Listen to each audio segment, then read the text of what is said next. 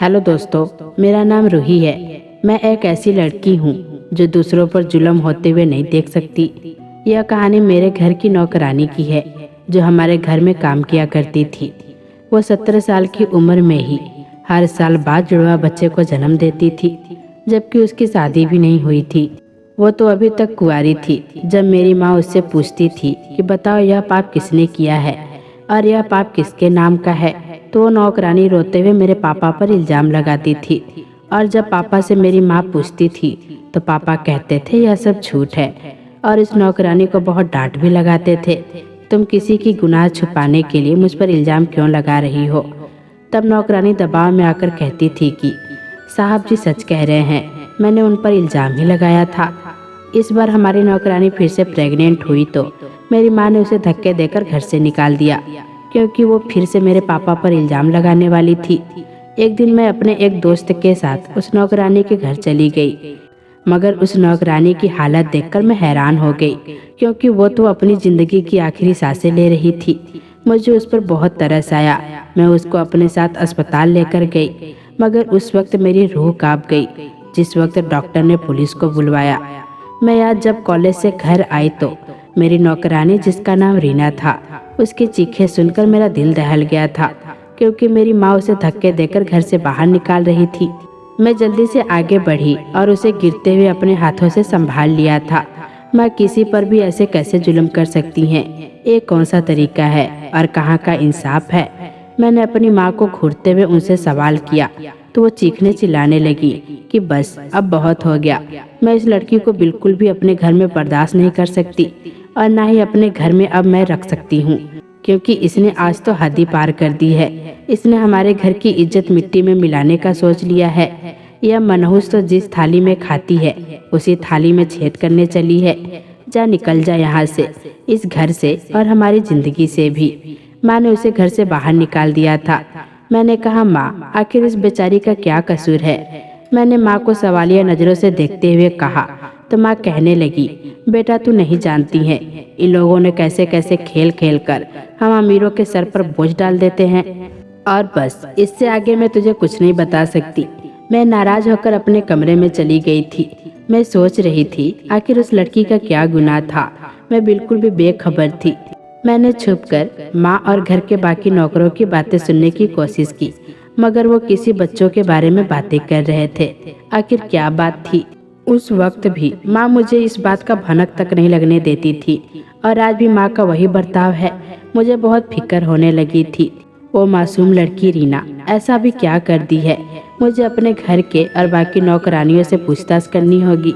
शायद कोई रास्ता निकल लाए ताकि मैं उस लड़की की मदद कर सकूं, क्योंकि वो गरीब अपनी माँ की जगह इस घर में बचपन से ही काम करती थी। अगले ही दिन जब एक नौकरानी मेरे कमरे में आई तो मैंने उससे कहा, सुनो, मुझसे तुमसे बहुत जरूरी बात करनी है। वो नौकरानी कहने लगी, जी छोटी बेबी बोलिए, क्या बात है? मैंने कहा, तुम तो अच्छे से जानती हो मैं अपनी माँ जैसी खड़ूस बिल्कुल भी नहीं हूँ। मुझे तुम यह बताओ कि रीना को इस घर से क्यों निकाला गया?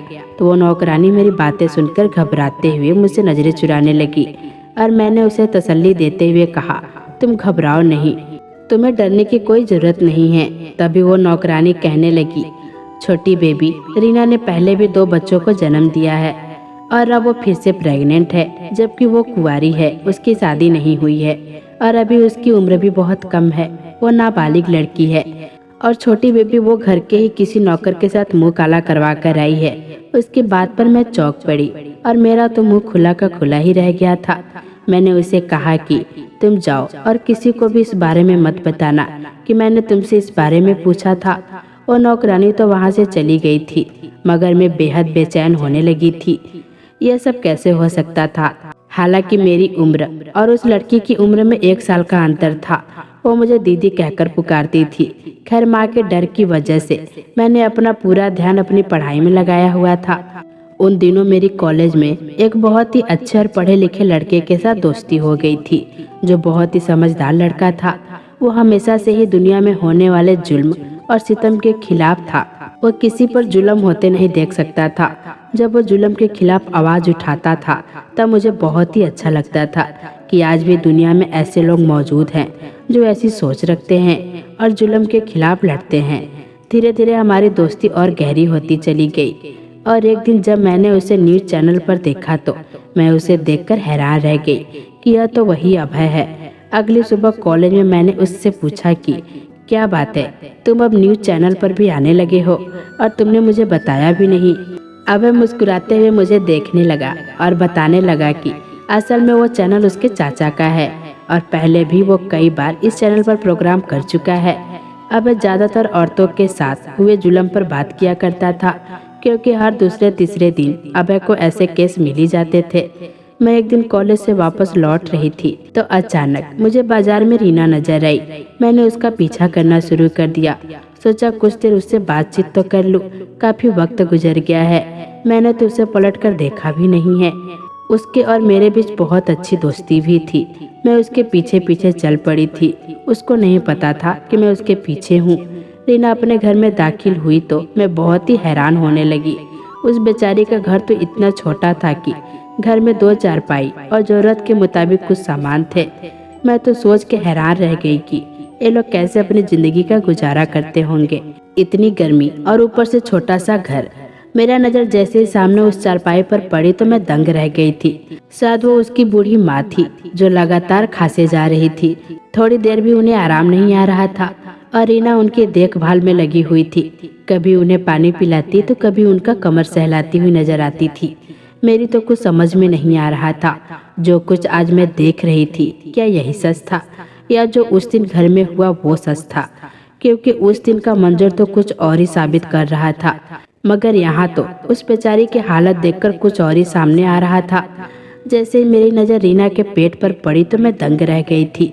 मेरी तो आंखों में पानी आने लगी थी। वो तो सच में प्रेग्नेंट थी। जब मैंने रीना को आवाज़ दी तो उसने घबराकर पीछे देखा और बोली, छोटी बेबी आप यहाँ मेरे घर में? मैंने कहा हाँ, तो क्या मैं यहाँ नहीं आ सकती? तब वो बोली आ सकती हैं, ज़रूर आ सकती हैं। फिर रीना मेरा हाथ पकड़कर मुझे अंदर ले गई और हाथ से मुझे पंखा डुलाने लगी। कहने लगी कि छोटी बेबी इतनी गर्मी में आप यहाँ क्यों चली आई? मुझे तो लगा आप भी मालकिन की तरह मुझे भी कसूरवार समझती होंगी। क्या आपको लगता है मैंने उस घर के नौकर के साथ कुछ गलत किया होगा? मैंने हैरानगी से उसके पेट की तरफ इशारा करते हुए कहा कि फिर ये क्या है? तो वो हंस पड़ी और बोली, हाँ यह सच है, मैंने इससे पहले भी 2 बच्चों को जन्म दिया है। उसकी बातें सुनकर मैं तो हैरान रह गई थी कि 17 साल की कुंवारी लड़की किन चक्करों में पड़ गई थी। रीना कहने लगी, आप एक बार मेरी माँ की इस हालत पर नजर डालिए। क्या आपको नहीं लगता कि मैं मजबूर भी हो सकती हूँ? मैं फिर से हैरान थी। उसकी आधी अधूरी सी बातें न जाने वो किस बात का इशारा देना चाह रही थी। मैंने कहा, मैंने सुना है कि तुमने घर के ही किसी नौकर के साथ एक गुनाह किया है। मेरी आंखों में हजारों सवालात थे। वो मेरी बात सुनकर बोली, हाँ हम गरीब और कर भी क्या सकते हैं, हमें तो आदत है जुल्म सहने की, मगर सच्चाई आप जैसे लोग सह नहीं सकते। मुझे तो लगा था आप मेरे दुख में शामिल होने आई हैं, मगर आपके दिल में भी वही सब कुछ है। आखिर आप भी तो उन्हीं अमीरों का खून है। मैंने उसे रोते हुए देखा तो कहा, रीना यह बात नहीं है। मैं यहाँ इस इरादे से बिल्कुल भी नहीं आई हूँ कि तुम्हें इल्जाम लगाऊं। मैं तुम्हारा दिल नहीं दुखाना चाहती थी और ना ही तुमको कोई दुख पहुँचाने यहाँ आई हूँ। ये सारी हकीकत मैं तुमसे जानना चाहती हूँ।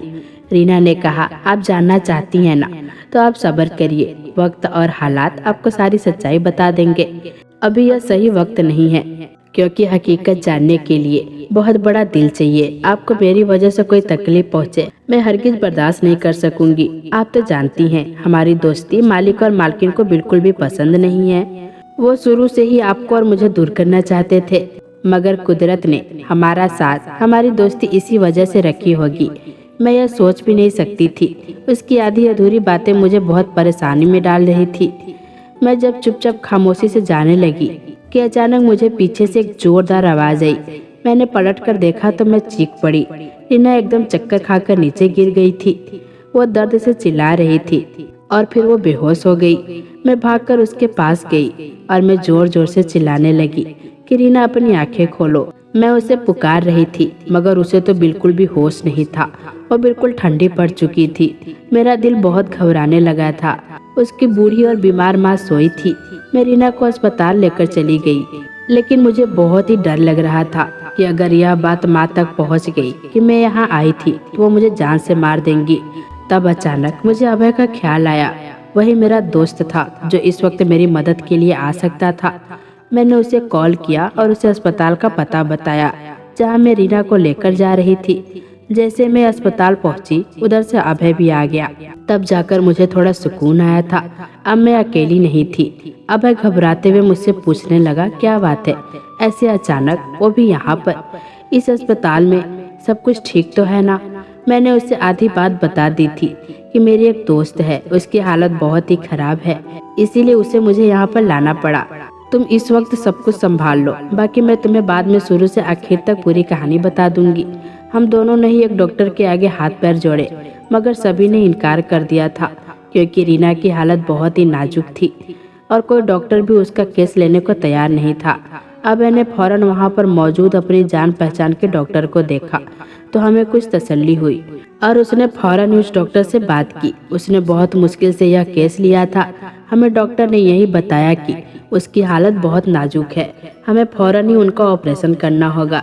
उसकी जिम्मेदारी कौन लेगा? मैं और अभय तो डरने लगे थे। मैंने डरते हुए कहा, आप कैसे भी करके इस वक्त यह ऑपरेशन कर दीजिए। वो कहने लगे, इस लड़की का पति कहाँ है जो कि इन पेपर्स पर साइन करेगा? मैं तो फिर से चौंक पड़ी थी। अब इस बच्चे का बाप कहाँ से लाऊं? मगर उस वक्त अभय ने बिना सोचे समझे ही उन पेपर्स पर साइन कर दिए थे। हम दोनों के पास उस वक्त और कोई रास्ता भी तो नहीं था। हमें उस वक्त सिर्फ रीना की जान बचानी थी। रीना ने पहले भी ऑपरेशन से 2 बच्चों को जन्म दिया हुआ था और इस बार भी रीना ने अपनी जान पर खेलकर 2 जुड़वा बच्चों को जन्म दिया था, मगर उसकी हालत बहुत ही नाजुक थी। वो बेचारी जिंदगी और मौत के बीच लड़ रही थी। इस दौरान मैंने अभय को सारी बात बता दिया। सालों पहले उस लड़की की माँ हमारे घर में नौकरी करती थी और फिर वो बीमार रहने लगी। तब वो अपनी बेटी रीना को काम के लिए हमारे घर ले आई थी। माँ और पापा भी उस पर तरस खाकर उसे पैसे दे दिया करते थे। दिन यूं ही गुजरते चले गए। मेरी और रीना की अच्छी दोस्ती हो गई थी। हम दोनों साथ ही मिलकर हंसी खुशी से रहते थे और मैं कभी कभी रात को उसे अपने घर पर भी रोक लिया करती थी। उसकी मासूम सी बातें मुझे बेहद अच्छी लगती थी। वो जब 17 साल की हुई और मैं 18 साल की थी, अब से मैं अपनी पढ़ाई पर ज़्यादा ध्यान दे रही थी। रीना से तो मेरी मुलाकात बहुत कम होती थी। अचानक उन्हीं दिनों मेरी माँ का रवैया रीना को लेकर बदल गया था। अब वो उसे बिल्कुल भी पसंद नहीं करती थी और ना ही उसकी मौजूदगी घर में बर्दाश्त करती थी। मगर अपनी माँ की बीमारी के बाद रीना उनकी जगह हमारे घर में ही काम करती थी क्योंकि पापा ने उसे इजाज़त दे रखी थी। माँ खामोश थी, मगर वो मुझे भी बार बार रीना से दूरी बनाकर रखने को कहती थी। और फिर रीना ने कुछ ऐसे काम किए कि सब कुछ बदल गया। वो शादी होने से पहले ही बिना पति के प्रेग्नेंट हो गई थी। माँ ने उसे बदकिरदार कहा और उसे घर से निकालने लगी थी। मगर फिर रीना के माफी मांगने पर माँ ने उसे दोबारा काम पर रख लिया था। मेरी माँ को इस बात पर बहुत गुस्सा आया था। माँ का रवैया अब रीना के साथ बहुत बुरा हो गया था। मगर फिर से 1 साल के बाद जब रीना को धक्के मारकर माँ ने घर से निकाला था तो मैंने उन्हें रोकने की बहुत कोशिश की थी। मगर हैरत की बात थी कि माँ ने पहले की तरह इस बार भी मुझे इस मामले से बिल्कुल अनजान रखा। मेरे पापा उन दिनों शहर से बाहर गए हुए थे, वरना वो होते तो कभी भी रीना पर यह जुल्म ना होने देते। इतनी ही देर में डॉक्टर आ चुकी थी। कहने लगी, रीना को होश आ गया है। वो सबसे पहले किसी रूही नाम की लड़की से मिलना चाहती हैं। मैं रीना से मिलने के लिए अंदर चली गई। अंदर जाते मेरी आंखें फटी की फटी रह गई थी। वो लड़की रीना, जिसकी सांस पूरी तरह फूल रही थी और उसकी हालत बिगड़ती ही जा रही थी। उसे देखकर मेरा तो दिल जोर जोर से धड़कने लगा था। वो शायद अपनी आखिरी सांसें ले रही थी। उसके पास ज्यादा वक्त नहीं था। वो बस कुछ ही देर की मेहमान थी। मुझे तो डर लगने लगा था कि अब न जाने क्या होने वाला है। वो मुझसे बस इतना ही कह पाई थी कि मेरे बच्चों का हिफाजत करना। वो शख्स कौन था जिसने रीना के साथ यह हरकत की थी और इतनी कम उम्र में उसे इस हालत तक पहुंचाया था? इन सब का जिम्मेदार कौन था?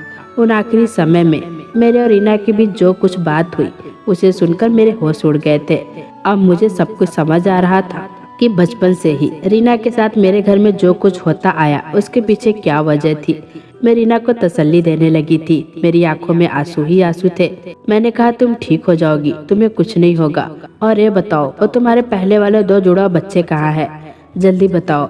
रीना ने मुझे उस वक्त जो कुछ बताया, मैं तो सब कुछ सुनकर सदमे में आ गई थी। मेरे आंखों में आंसू थे और मेरा दिल चाह रहा था कि जमीन फटे और इसमें मैं समा जाऊं। फिर कुछ ही देर में रीना की आंखें बंद होने लगी थी। वो जोर जोर से सांस ले रही थी और देखते ही देखते वो हमेशा के लिए हम सबको छोड़कर चली गई थी। मैं चीखती रह गई थी। वहाँ सभी डॉक्टर भागे चले आए थे और रीना को एक सफ़ेद कपड़े से बांध दिया गया था।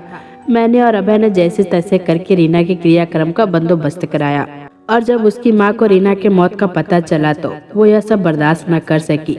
यह खबर सुनते ही वो बेचारी भी इस दुनिया से चली गई। अभय और मैंने उन माँ बेटी का क्रियाक्रम किया। रीना की कही हुई बात मुझ पर कयामत ढा रही थी। मैंने अभय को सारी बातें डिटेल में बता दी थी।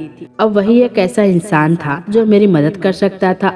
मैंने और अभय ने मिलकर बहुत बड़ा प्लान बनाया और मीडिया में यह खबर आम कर दी कि हमारे शहर में एक 17 साल की नौकरानी के साथ होने वाले जुल्म के खिलाफ आवाज हम सबको उठानी ही पड़ेगी, ताकि कभी भी किसी कम उम्र औरत के साथ यह जुल्म ना हो सके जो सालों से होते आ रहे हैं। हम इस नौकरानी के गुनाहगार को जल्दी ही सख्त से सख्त सजा दिलवा कर ही रहेंगे और उसकी दास्तान हम सरेआम करके दिखा देंगे। और फिर देखते ही देखते सब कुछ मीडिया पर तेजी से फैल गया था। मैं जैसे ही घर पहुंची तो सबसे पहले मुझे खबर मिली कि पापा घर लौट आए हैं, मगर दूसरी तरफ मुझे खुशी की जगह रीना के जाने का गम लगा हुआ था। मैं सबसे पहले पापा के कमरे में जाकर उनसे मिलने की कोशिश की। मैंने आज फिर माँ और पापा को झगड़ते हुए देखा था। जब माँ ने मीडिया का नाम लिया तो पापा ने उन पर बहुत ही गुस्सा किया। आखिर वो दोनों किस बात को लेकर इतनी बहस कर रहे थे। मुझे देखते ही माँ और पापा खामोश हो गए थे और पापा मुझे अपने गले से लगा लिए और खूब प्यार किए।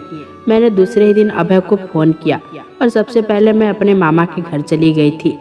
वहाँ जाते ही मैंने अपने मामा की बहू से मिलने की कोशिश की तो सभी लोग हैरान रह गए कि यह आज अचानक से क्यों मिलने आई है। जब मैंने कहा कि मुझे उनसे बहुत ज़रूरी काम है तब मामा ने मुझे उनसे मिलने की इजाज़त दे दी थी और मैंने अभय के साथ जैसे ही उससे मुलाकात की और रीना के दोनों जुड़वा बच्चों के बारे में सारी मालूमात ली जो कि अब उनके पास रह रहे थे, क्योंकि वो बांझ औरत थी और उसने उन दिनों बच्चों की जिम्मेदारी ले ली थी। अभय ने उसकी सारी ही रिकॉर्डिंग अपने फ़ोन में सेव कर ली थी और हम दोनों ने उनकी इजाज़त लेकर उन बच्चों के खून के सैंपल लेकर वहाँ से चल पड़े थे। उसके बाद हम जैसे अस्पताल पहुँचे तो वहाँ हमने पहले ही रीना के पैदा होने वाले बच्चों के खून के सैंपल अस्पतालों में भेज दिया था और उन सबके टेस्ट करवाए। अब इंतजार था तो सिर्फ उन रिपोर्ट मिलने का था। और दूसरी तरफ मीडिया ने सभी चैनल पर रीना और उनकी माँ के साथ हुए जुल्म की धूम मचा रखी थी और यह सब देखकर घर में मेरी माँ ने भी तांडव मचा रखी थी। माँ और पापा ने गुस्से में घर के तमाम ही नौकरों को नौकरी से निकाल दिया था। और फिर एक दिन हमारी मुलाकात हमारे पड़ोसी से हुई। उनसे पूछताछ के बाद अब सारा सच खुलकर सामने आ गया था। दूसरी तरफ रिपोर्ट भी आने वाली थी जिनसे साबित होने जा रहा था कि वो चारों बच्चे आपस में भाई बहन हैं। पहले भी रीना ने 2 जुड़वा बच्चों को जन्म दिया था और अब भी उसने 2 जुड़वा बच्चों को ही जन्म दिया था। मगर जब हकीकत मीडिया के सामने लाते हुए मैंने खुद अपना बयान दिया और सच्चाई खुद रोते हुए बताई कि मैं इस नौकरानी की बहुत अच्छी दोस्त थी। वो मेरे साथ बचपन से ही मेरे घर में रह रही थी, मगर उसकी माँ की बीमारी की वजह से वो बहुत ही परेशान रहती थी और उसे पैसों की सख्त जरूरत थी। जब उस बात का फायदा उठाकर उस आदमी ने रीना से ज्यादती की और फिर अपना गुनाह छुपाने के लिए जबरदस्ती रीना से शादी कर ली और जब उसने एक साथ 2 जुड़वा बच्चों को जन्म दिया तो बदनामी के डर से उसने सारा इल्जाम और अपने ही घर के किसी नौकर के सर पर कर दिया ताकि मामला रफा दफा हो जाए और उन बच्चों को अस्पताल से गायब करवाकर अपने रिश्तेदारों को दे दिया था। और जब फिर से वो लड़की प्रेग्नेंट हुई तब उस दौरान वो आदमी शहर से बाहर गया हुआ था और उन सबसे बिल्कुल अनजान था। और जब वापस आया तो सारा मामला उसकी समझ से बाहर जा चुका था, क्योंकि मीडिया पर खबर फैल चुकी थी और वो आदमी कोई और नहीं, मेरा अपना सगा बाप था जो पहले उस बच्ची के साथ गुनाह करता रहा और फिर उस गुनाह को छुपाने के लिए शादी की। और जब लड़की ने हिम्मत करके उस अमीरजादे के खिलाफ आवाज उठाई तो उसने अपने ही घर के नौकर के साथ उस लड़की को बदनाम कर दिया और बीबी के हाथ धक्के दिलवाकर उस लड़की को घर से निकलवा दिया। मेरे पापा तो गुनाहगार थे ही, लेकिन उनके साथ साथ मेरी माँ भी बराबर की ही इस गुनाह में शामिल थी। वो ये हकीकत बहुत अच्छे से जानती थी, मगर उन्होंने अपने पति के गुनाह पर पर्दा डालने के लिए उस बेचारी पर जुल्मों के पहाड़ तोड़ दिए थे। मेरे बयान ने मीडिया को हिला कर रख दिया था कि सगी बेटी ने खुद अपने बाप के खिलाफ बयान देकर सच्चाई से पर्दा हटा दिया और उस नौकरानी रीना के साथ हुए जुल्म के खिलाफ गवाही दी जो अपनी जान से हाथ धो बैठी थी। उसके बाद पुलिस ने फौरन ही मेरे पापा को गिरफ्तार कर लिया था। मेरी माँ मेरे सामने शर्मिंदगी की वजह से मुझसे आंखें नहीं मिला सकी थी और आज मुझे उस शख्स को बाप कहते हुए भी शर्म आती है जो घर में सबके सामने तो रीना को बेटियों की तरह बुलाता और प्यार करता था और रात के अंधेरे में भेड़िए के रूप में आ जाता था। मैं अब भी उस घर में नहीं रहना चाहती थी, इसीलिए मैं अभय के साथ शादी करके हमेशा के लिए उसके साथ चली गई थी। रीना के साथ हुए जुल्म ने उस बेचारी की तो जिंदगी ही खराब कर दी थी। वो तो मर चुकी थी, लेकिन मेरे माँ पापा जिन्होंने अपनी जिंदगियों को भी तबाह कर लिया था। तो दोस्तों, ये थी हमारी आज की कहानी। कैसी लगी कमेंट करके जरूर बताइएगा। फिर मिलेंगे दोस्तों अगली वीडियो के साथ। तब तक के लिए अपना ख्याल रखना।